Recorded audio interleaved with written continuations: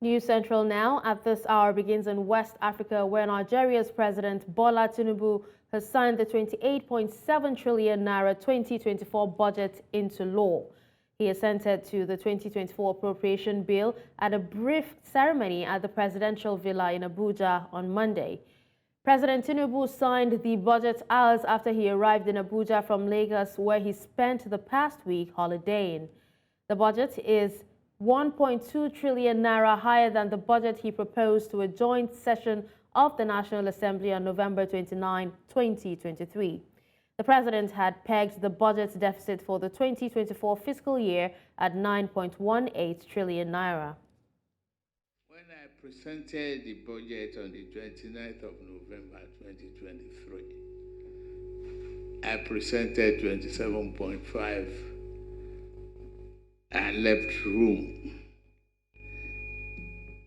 and a call for expeditious, treatment of the budget, the review, the passing, the debate, and all of that. Today we have a budget of 28.7 trillion naira, with an increase of 1.2 trillion naira over the proposal that I submitted. I thank the National Assembly for this prompt review, adjustment, and what they deem necessary. This is an evidence and a great testament to the excellent relationship between the executive and the legislature. We should keep it up. In my address then, I remarked that the budget is a budget of renewed hope. It's anchored on reducing the deficit and increasing capital expenditure, particularly in our priority areas. The approved 2024 budget that we just approved now achieve both objectives. To discuss this, we're joined by Johnson Chukwu, Chief Executive Officer, Cowry Asset Management Limited. Good morning, Johnson, and thank you so much for joining me at this time. Thank you. Good morning. Thank you for having me, and Happy New Year. Happy New Year to you as well. So, Johnson, how does the allocation in the 2024 budget directly address the pressing needs and challenges faced by the common citizens in Nigeria? This is something that a lot of Nigerians are actually concerned about. Well, the impact of a budget will depend on how it is structured. If you look at the budget that has been signed, that was signed into law, about 9.127 trillion naira is for debt service, and that 9.7 trillion naira is for recurring non-debt service. So in effect, more than 17 trillion will go into debt service and non-debt service expenses of the government. They had budgeted about 9.9 trillion naira as capital provisions. But the key thing before you talk about capital provision or provision for capital expenditure, you have to look at the projected revenue of the government. Government is providing about almost 20 trillion naira as a revenue. Of course, they have adjusted the exchange rate to 800 naira to $1, and we are looking at about 1.78 million barrels a day crude production, and a crude price of about $77.99 dollars per barrel.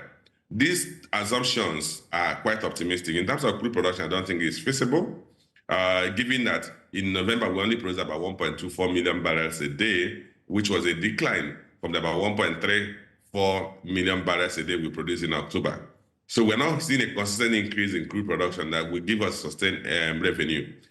So if you consider that even at today's price, crude is struggling, Brent is struggling to remain up to $80. So the $77 per barrel may also be a difficult thing to achieve. We're seeing some level of dissonance among the OPEC and OPEC Plus members. You saw Angola exit OPEC. So you could actually see a price war in the oil industry that could affect price levels. So what I'm saying in effect is that you may likely see it may be difficult for the government to achieve a revenue projection of about 19.6 trillion naira. And if that revenue is not achieved, then the government is still bound to meet what they call non-discretionary expenditure. Debt service, 8.127 trillion. And then you have recurrent non-debt, 8.67 trillion, taking you to about 17 trillion naira in expenditure. We must have to incur this. So it may be difficult for government to incur capital expenditure. And that is what impacts the common man on the street. If you build the roads, if you have stable power supply, if you have effective transport system, including the seaports, then economy will be energized for economic activities, for productive activities. Yeah, that we're not going to have productive activities. You actually spoke a lot about the oil sector, but taking a critical and in-depth look at these 2024 Appropriation Bill, are there other specific sectors or provisions that signal a positive change in the daily life of the citizens, with a focus on the cost of essential goods and services? Also, if you can tell us, how does the budget aim to mitigate inflation and also rising living expenses for the ordinary Nigerian? Well, if you look at what are those other components of the budget that should affect the ordinary man on the street, like I said, the most critical component is the amount that they spend on capital expenditure, on capital projects. The reason is this: if government embarks on capital projects, it's going to employ people who were not previously employed. So those who will earn income. As they earn income, they'll be in a position to spend. When they spend, they incentivize consumption in the economy. And that will lead to improved earnings by even the artisans, the roadside traders, and everybody. You need to inject liquidity into the hands of those who have local consumption needs. And it will largely come from capital expenditure, which is why I emphasize the need that we must focus on building, earmarking funds for capital expenditure and making sure that we have the headroom to spend those funds. As it relates to inflation, the challenge I have with the budget is that you are still providing about 9.1 trillion as budget deficit. Of course, government said it will fund that from sale of assets and from loans. But clearly, the macroeconomic environment will not support sale of assets in the next 1 year. Maybe the government will start a process of arranging to sell those assets, but I do not see any critical asset that will be available or that will be put in the market and sold within the year as to fund part of the budget. The other component will be borrowing. If you look at what has happened in the last 12 months of the year, you realize that virtually all the deficits that were incurred by the federal government was funded by the central bank. At the end of the first 9 months of the year, total deficit was about 4.1 trillion naira. It was principally funded by the central bank ways and means. The president has just sent the bill to National Assembly to securitize another 7.2 trillion naira ways and means funding, which means that the first 12 months of last year, we spent 7.2 trillion that was funded by the central bank. This is a pointer that is difficult for the government to raise fresh capital fund, fresh loans from the market. And if government continues to fund budget deficit from ways and means, it will lead to increase in inflation because you're injecting liquidity into the economy that is not backed by productive activities. All right, now talking about, you did talk about, earning an income and being in a position to spend even for artisans. Now, I want us to take a look at the budget's projections and also the policies and the indicators, and what it suggests, on the overall improvement of the economic climate. Are there forecasts or initiatives that could positively impact job creation and also income levels? Well, it still boils down to the same thing I was saying. Let me further break down the budget so that we put it in proper context. Right. There are about 4 critical components of the budget. You have statutory allocation about 1.4 trillion or so. You have allocation for debt service, 8.127 trillion. You have allocation for non-debt recurrent expenditure, about ministerial allocation 1.7 trillion. You have allocation for non-debt recurrent expenditure 8.7 trillion. If you sum up the first allocation for non-debt recurrent expenditure and debt service, you are left with about 17 trillion. The other critical component is capital expenditure. Those are the key components that actually the budget is broken into. I've mentioned statutory allocation, 1.7 trillion. I've mentioned debt service, 8.127 trillion. I've mentioned non-recurrent debt service, non-debt recurrent expenditure, 8.72 trillion. And then the capital component, 9.9 trillion. So what the non-debt recurrent expenditure goes to government overhead, the salaries and wages of government workers.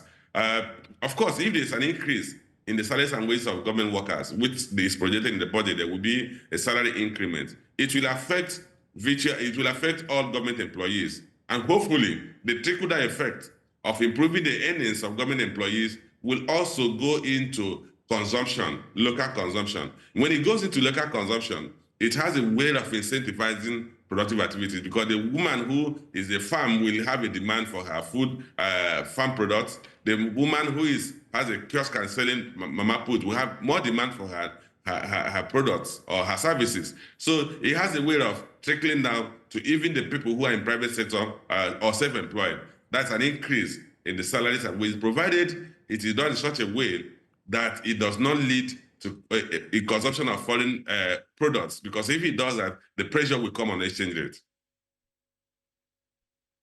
Quickly wrap up this discussion. You did talk about how it will affect the common man. And as an economist, what factors from this budget offer grounds for optimism amongst Nigerians, breaking it down for the common man? Because, everyone in Nigeria now wants to know how this budget would improve their lives one way or the other, unlike the previous budgets. Well, there are two elements that could possibly impact on the average person on the street. One, if the government have the headroom to embark on capital projects. There's a provision of 9.9 trillion naira in the budget, which, as stated earlier, is going to be a tall call for government to have the funding of 28.7 trillion naira as to earmark 9.9 trillion naira for capital projects. The second component I just mentioned, which has to do with increase in wages and salaries of government. The other components have no direct impact on the man on the street. Debt service of 8.127 trillion naira will go to those who are the surplus units in the economy.